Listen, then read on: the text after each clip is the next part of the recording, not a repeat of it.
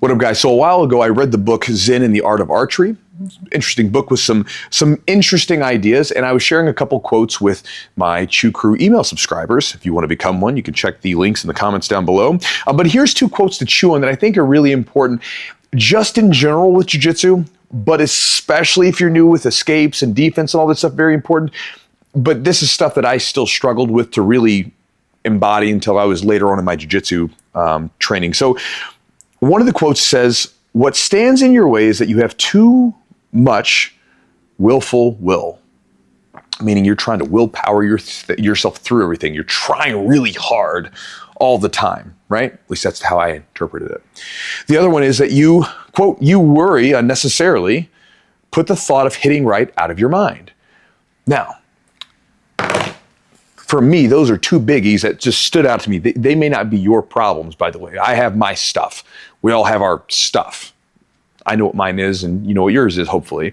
But for me, I dealt with this a lot where, for instance, when I would have someone in the bottom of side control, I'm trying to push and shove and just like muscle my way through this damn position, right? And one of the biggest breakthroughs, the biggest light bulb moments for me is when I would sort of accept the position when someone would get to side control and they'd get there and I would just sort of, all right, we're here. And I would think about relaxing a little bit and try to find a way to get out of that position like I would anything else, you know, because if I'm in, say, the bottom of full guard and the person's locked, I have my legs locked around them, I'm thinking about grabbing collars and sleeves, and I have a method to what I'm doing. And I had been given techniques and ideas and concepts and principles and all this stuff from my coaches, but for some reason, every time someone would get on top of me, I would just start to wig out and push and shove and do crazy stuff.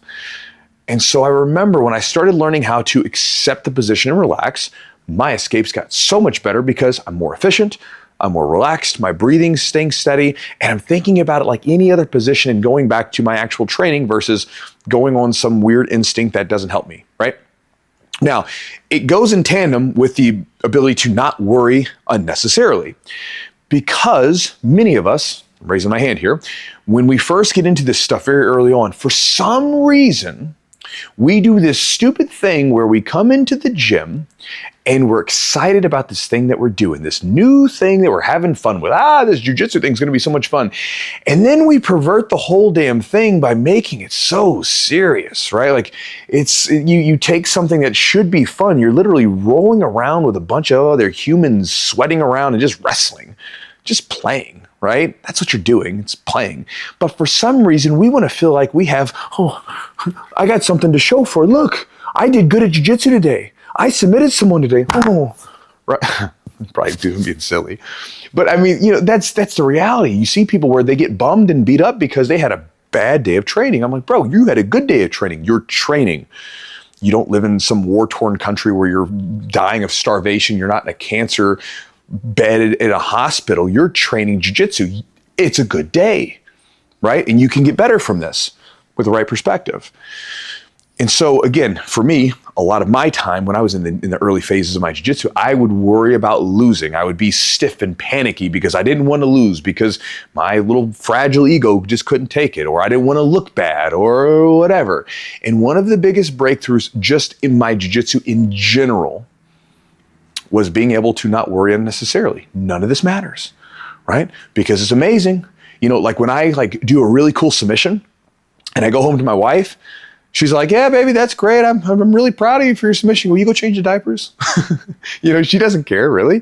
If I talk to someone who's outside of the gym, they don't care what I'm doing. If I go compete, even then, and I'm someone probably for most of you guys, I actually make a living doing this stuff. So, and if I lose a match, guess what? Almost nobody cares, right? That's it. It's not that big of a deal.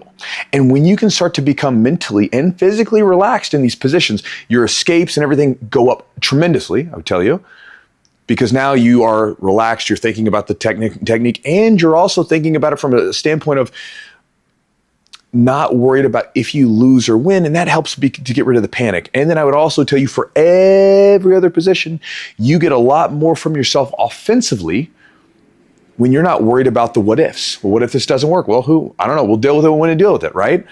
And if you get caught because you go for something, so what? That's part of it, right? It's part of the game. And so those are two ideas that sort of leapt at me when I was reading that book. I shared it with my subscribers on the Chew Crew, which if you want to become one, you can check it down below. They enjoyed it, figured I'd share it with you guys, and hope you're doing well. Hope your training's going well. Talk to you guys next time.